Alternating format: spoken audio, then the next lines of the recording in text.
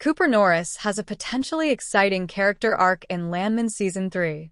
Cooper Norris is quietly shaping up to be one of the most compelling long-term arcs in Landman, and Season 3 feels like the moment where his story can truly separate itself from simply being Tommy's son. Up to now, Cooper's journey has been defined by acceleration.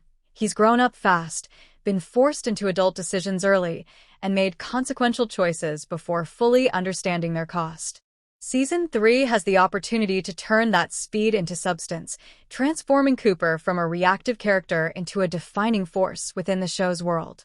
In the early seasons, Cooper functioned as a contrast point.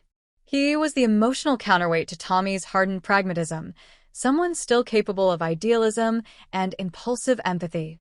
His relationship with Ariana, in particular, exposed that softness. It wasn't polished or cautious. It was messy, intense, and rooted in emotion rather than strategy. That made Cooper feel human, but it also made him vulnerable. He wasn't prepared for the ripple effects of his choices, and the show never pretended otherwise. By the end of Season 2, however, something shifts. Cooper isn't just stumbling forward anymore, he's committing. Professionally, he's becoming more comfortable operating inside the oil business, even when it conflicts with his personal values.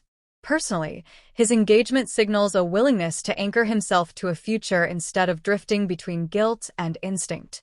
That combination sets the stage for Season 3 to explore a far more interesting question: what happens when Cooper has to live with the long-term consequences of decisions he made too quickly? This is where his arc becomes exciting rather than predictable.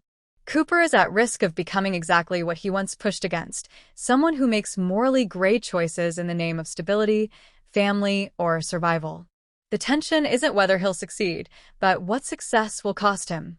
Season 3 can force Cooper to confront the uncomfortable truth that good intentions don't protect you from harm, and that being better than your father isn't as simple as wanting it. A major strength of Cooper's arc is how closely it mirrors Tommy's without fully replicating it. The show has been careful not to turn Cooper into a carbon copy. Instead, it positions him as a variation, someone shaped by the same environment but reacting differently to it. Season 3 has the chance to test that difference under real pressure. When Cooper faces moments where cutting corners would solve problems faster, will he resist? Or will he justify those choices the same way Tommy always has?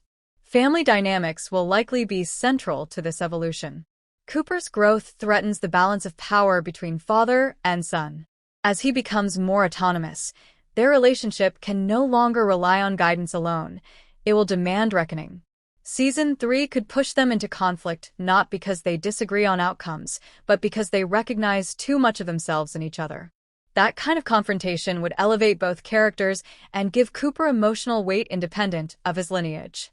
What makes Cooper's potential arc so promising is that it doesn't hinge on heroism or downfall alone. The most interesting outcome lies somewhere in between. Cooper doesn't need to fail spectacularly or succeed cleanly. He needs to change, and change in Landman is rarely comfortable.